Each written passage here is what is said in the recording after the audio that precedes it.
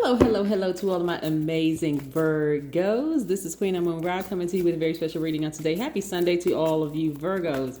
Hopefully you are having a great weekend. I know you are because that's the intention you set. Yes, Virgos, we are only a few days away from the next new moon. So there's some new intentions you want to set. So I try to keep it fun, right? Some little fun facts. Let's talk about intimacy in the Virgo. Let's do it. Most High God in the universe, please give me a special reading for my amazing Virgos. You see some cards already popped out. We're going to leave those right there. In every area of their lives, specifically in areas of power and intellect, money and wealth, creativity and emotions, and spirituality, and where they need to take action. I am talking to my intelligent, analytical, honest, reliable perfectionists who are also very loyal, kind, hardworking, and practical virgins. That would be you.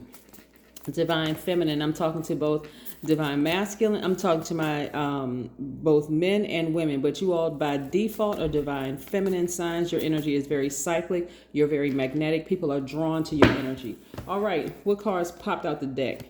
We have the Three of Cups and we have the Moon card. Yes, this is Pisces. This right here is the Three of Cups. This Moon card is attached to Pisces, even though the Moon is Cancer's ruling planet. In tarot, this is Pisces. All right, let's see what the rest of these cards have to say. Oh, all right. Well, wait a second. Are y'all on a different frequency than somebody who has Pisces in their chart? You know? I mean, let's talk Virgos. Let's talk somebody who may have Pisces in their chart. It may not be their sun sign, right? But the person...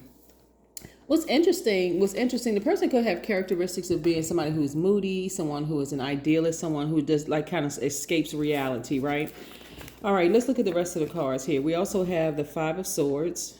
See, Five of Swords here.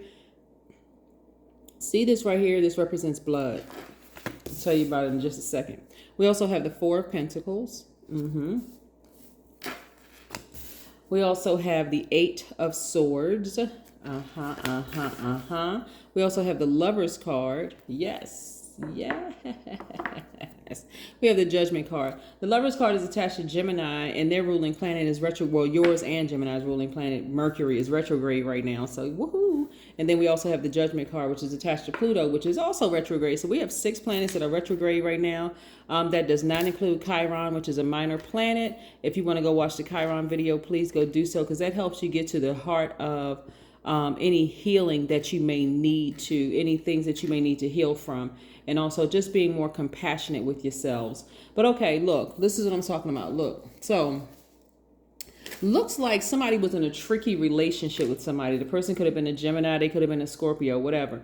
But could have had Gemini or Scorpio in their chart, or even Pisces in their chart, right? That's why it's important to know your full birth chart, right? You can even have those in your full birth chart. You could have Gemini, you could have Pisces, or you could have Scorpio in your birth chart. So it's important to note that if you get to know that part of yourselves, let's say your sun sign is a Virgo, but then your moon could be Gemini or Pisces or Scorpio, and then you got the rising, the Venus, the other planets, right? Other planetary placements. It's always important to know yourself in your whole self, your complete self, right? Rather than saying, oh yeah, I'm a Virgo. Okay, that person is a Virgo, because they could have a different moon, different rising, different Venus, the whole 9 yards, and you all could be different in a lot of ways, right? So it's best to get to know yourselves on that level, getting to intimately know yourself. So if, let's say for instance, you had a falling out with the Pisces. You'll know what a Pisces looks like at their highest frequency. They are empaths, they're artistic, they're emotional in a good way. At their highest frequency, they are selfless, they are natural healers, very compassionate, intuitives, they're gentle, they're wise. In a lot of cases, they're musical, right? What about Scorpios? At their highest frequency, they are focused, they're brave, they're loyal, ambitious, they're resourceful, very passionate. People consider them as true friends. They can be stubborn at times, and that's that fixed energy. But what about Gemini? Geminis are the communicators of the Zodiac, right? Remember, you share a ruling planet, Mercury, with Gemini, which in Mercury is retrograde right now. So it looks like there could be some miscommunication going on here. And you've ascended higher, and to some degree, you felt smothered in that relationship, like really, really smothered in that relationship, right? So when you feel smothered, or you just feel like, okay, we're just not on the same frequency anymore. Usually somebody falls out of range as you ascend higher, right? They fall out of range as you ascend higher.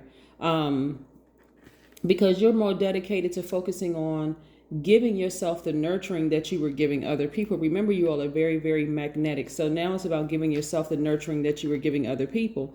And so I don't want you to overthink this, for real. Like, it could be a parent, it could be an adult child, it could be a cousin, it could be a best friend, former best friend, or whatever. It could be a colleague. Try not to overthink this.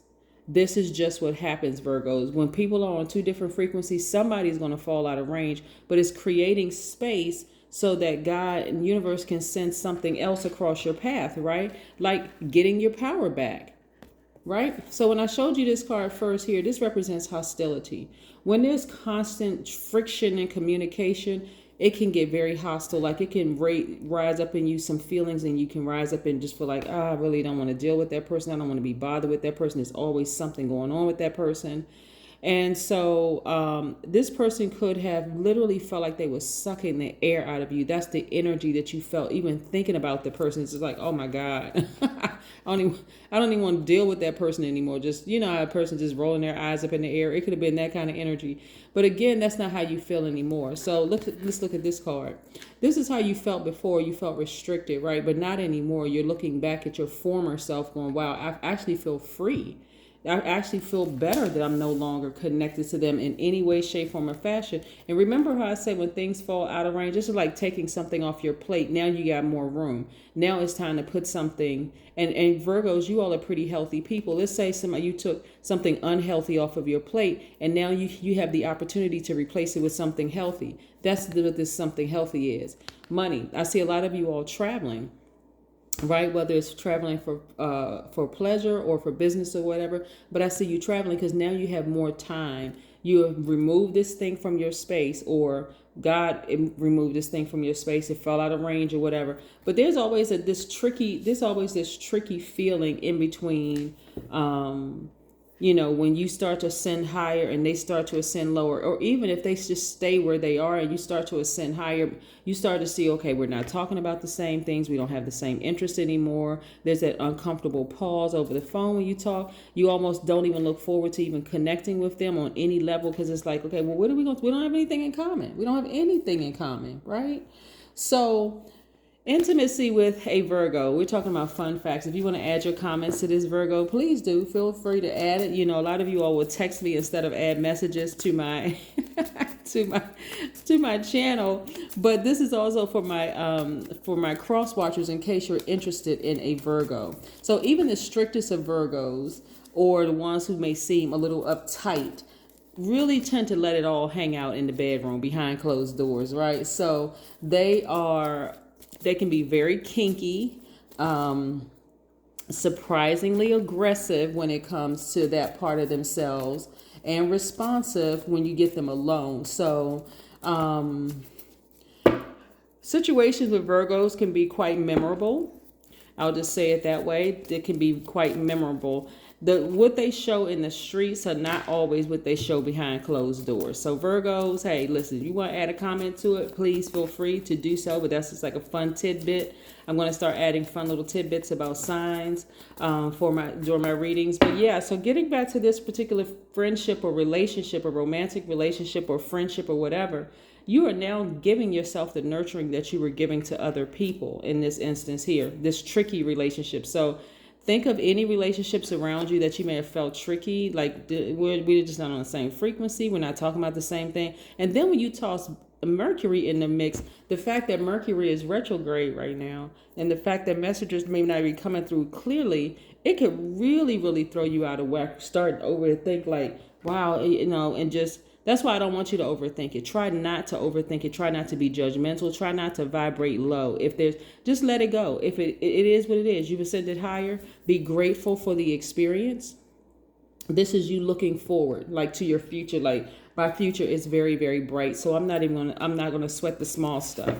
I'm not going to do that. So let's talk about the number 38, right? Because the number 38 is the number we were and I said past tense. We were 3.8 days away from the next new moon, right?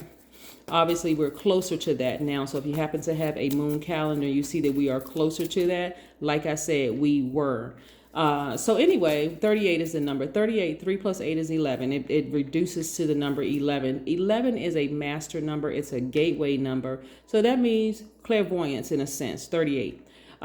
Things are very clear to you. 38 is also connected to light, Light, light.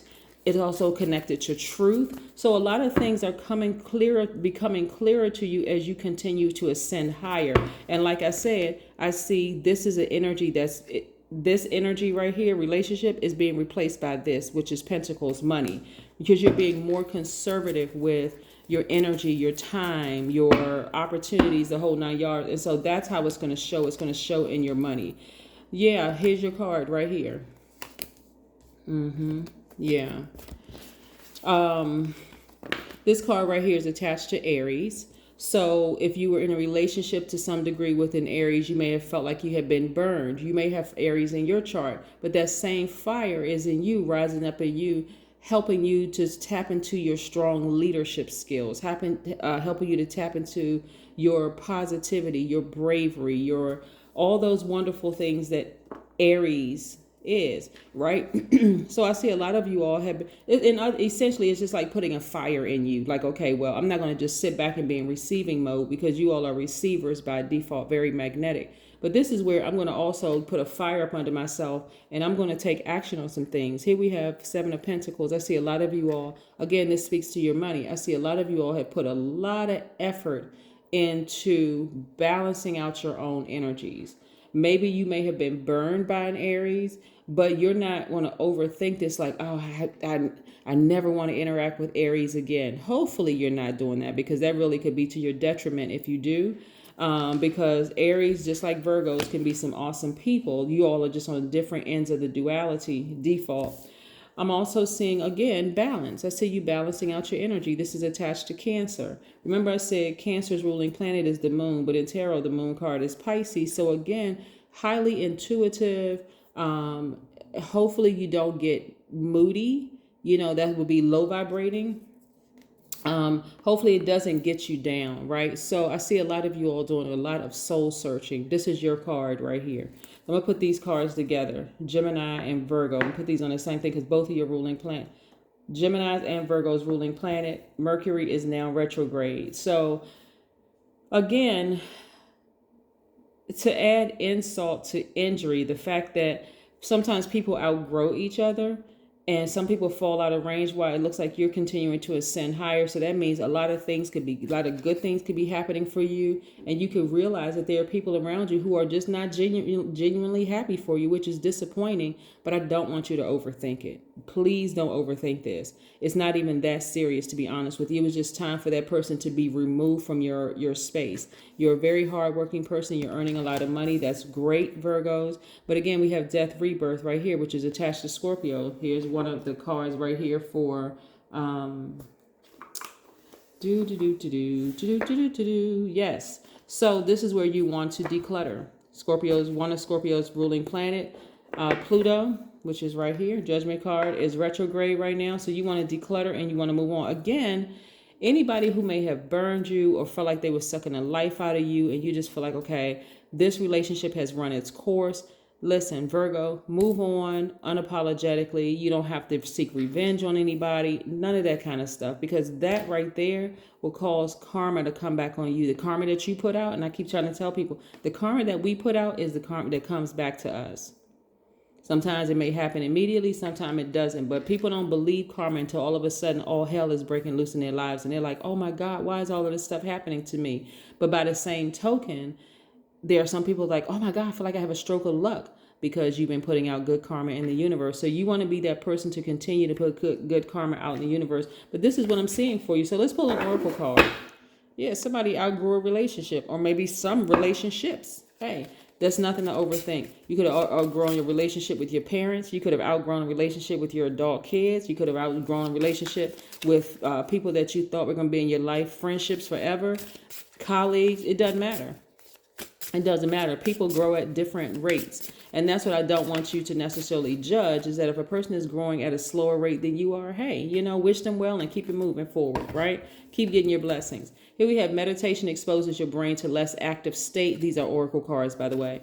Meditation exposes your brain to less active state. And through repeated exposure, your brain adapts to that stillness and silence. Also, I am still, I am silent, I am alive and well. Here we go, just in case somebody wants to screenshot. Yep. The sooner and sooner you realize that people move at different paces, that's like, I don't know if this is the best analogy or not. Like, you're taking a road trip. They're driving their car, you're driving their car. They're driving their car, you're driving your car. You're headed in the same direction, but it may take them longer to get there than you. Does it mean that you get upset with them because it took them longer to get there? No. You wish them well. I hope everybody's fine. You may check on them from now, but you're not going to let it drag you down. And it's not going to be to a point where it drags you back down to where they are. And you miss out on all that the universe is trying to release to you, which, like I said, is a lot of this energy right here. Money is just another form of energy that a lot of people get caught up in, and they just make money the central focus. But you don't need to, because it comes in so many different forms, right? We no longer have the bartering system. That's what we used to have. You got chickens, I got horses, right? And then you have currency, right? Paper currency, you have gold, you have that kind of thing. And so now we're moving towards digital currency. Well, actually, we're already here in a digital currency where you won't see paper after a while. So again, it's all energy. It's developing a relationship with those things and recognizing, like, once we completely move to digital currency, there's going to be some people that's going to be still trying to hold on to paper. There's still going to be people trying to hold on to coins. It's not going to have any value. So again, it's all energy. And so when relationships expire, when they run its course, don't get caught up in, oh, I can't believe this person did this and can't believe that person did that. Sometimes that's the only way that people will move, Virgos, if things are exposed. Hey, we're not on the same frequency. I wish you the best. See you later. That's it. That's what I have for you, Virgos. I hope you all continue to have a fantastic weekend. I know you will, because that is the intention you set. Bye.